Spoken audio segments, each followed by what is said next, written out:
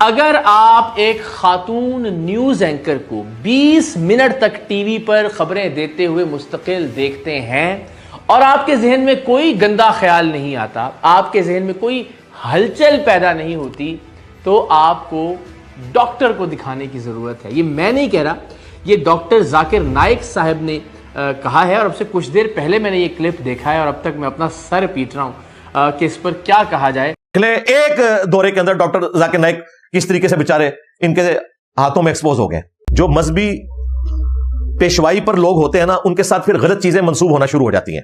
ہماری سسٹر ہے فریحہ ادریس، ان کے ساتھ انٹرویو جو ریکارڈ ہوا وہ مارکیٹ میں جب آیا تو اس میں بھی اسی طریقے سے ایک جملہ لوگوں نے پکڑ لیا، حالانکہ وہ اوور آل گفتگو بڑی اچھی تھی۔ ڈاکٹر ذاکر نائک نے بڑے اچھے طریقے سے اسلام کا مقدمہ ان کے سامنے رکھا اور بڑے احترام کے ساتھ نظریں جھکا کر انہوں نے گفتگو کی، کوئی شک نہیں اس میں، اور ڈیو رسپیکٹ دی جو دینی چاہیے تھی۔ اور اس گفتگو میں ڈاکٹر ذاکر نائک کی کئی باتیں ایسی تھیں جو بڑی ایکسٹراڈنری تھیں، لیکن وہ پس پشت ہو گئیں۔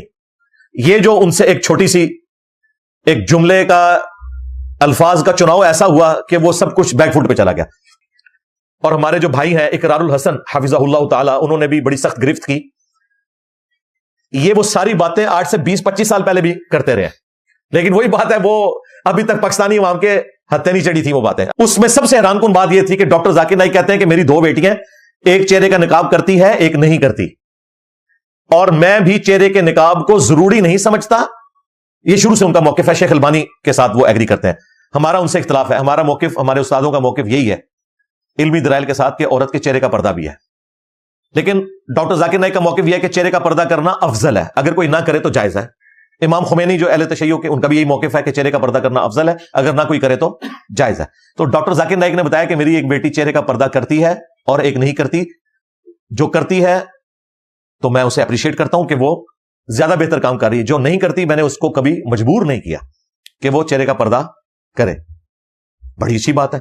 اب یہ ان کا ایک اوپن مائنڈ ہونا شو کرتا تھا، یہ بات کسی نے کوٹ نہیں کی ہے، اور وہ جو ان کی بات تھی پردے کے حوالے سے، اس میں کرتے کرتے جو انہوں نے، میں سمجھتا ہوں کہ انتہائی بلو دا بیلٹ گفتگو کر دی، مثال دیتے ہوئے۔ ان کی نیت نہیں تھی، نہ کوئی ان کا مقصد بے حیائی پھیلانا تھا۔ ڈاکٹر ذاکر نائک حفظہ اللہ تعالی کی جو اسلام کے لیے قربانیاں ہیں، انہی قربانیوں میں سے ایک بڑی قربانی جو ان کو غریب الوطنی کی زندگی سیدنا ابراہیم علیہ السلام کی طرح گزارنی پڑ رہی ہے، لیکن اللہ تعالیٰ نے ان سے بہت بڑا کام لیا۔ لاکھوں لوگوں نے ان کے ہاتھوں پہ اسلام قبول کیا ہے، ڈائریکٹلی یا انڈائریکٹلی، اور پوری دنیا میں نان مسلمز کی نظر میں بھی ایک علمی پرسنالٹی کے طور پر انہیں مانا جاتا ہے۔ باقی جو اختلاف ہے وہ اپنی جگہ،